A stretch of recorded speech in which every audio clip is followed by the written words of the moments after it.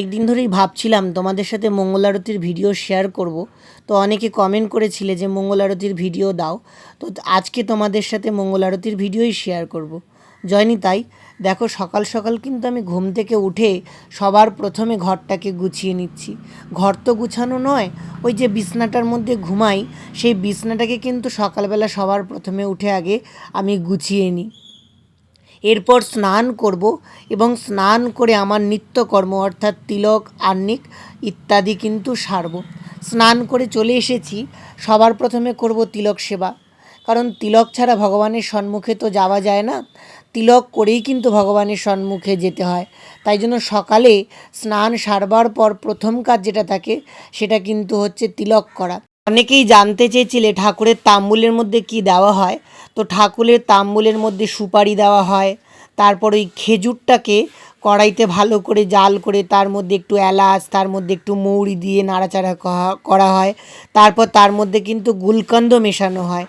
এরকম করে আর কি ঠাকুরের তাম্বুল সাজানো হয়। দেখো এই মৌরির প্যাকেটটা নিয়ে এসে রেখেছি, এই মৌরি দিয়ে কিন্তু ঠাকুরের তাম্বুল সাজাই। আর ঠাকুরের তাম্বুল মোটামুটি রেডি।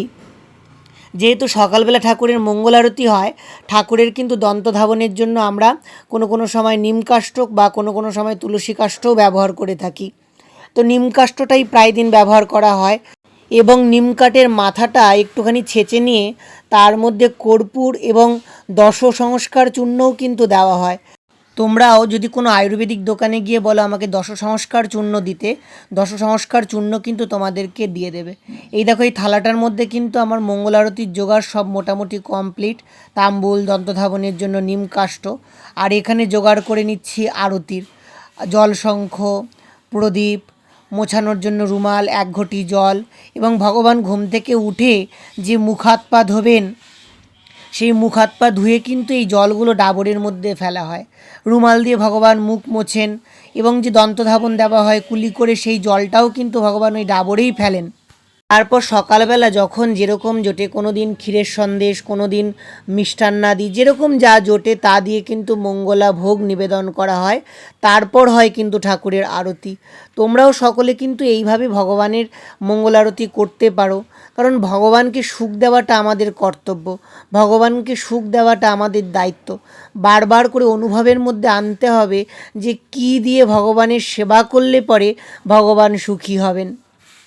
তাই ভগবানের সুখের প্রচেষ্টা কিন্তু আমাদেরকে রাখতে হবে।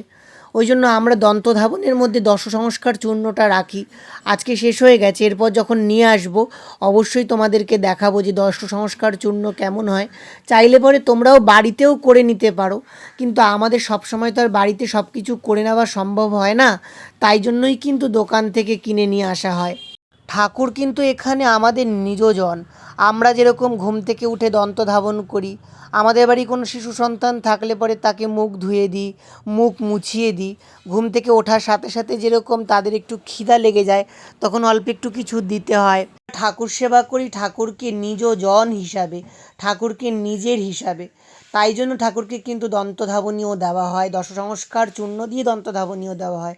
যখন না থাকে তখন কিন্তু আমি কর্পূর দিয়ে দন্তধাবনীও দিই।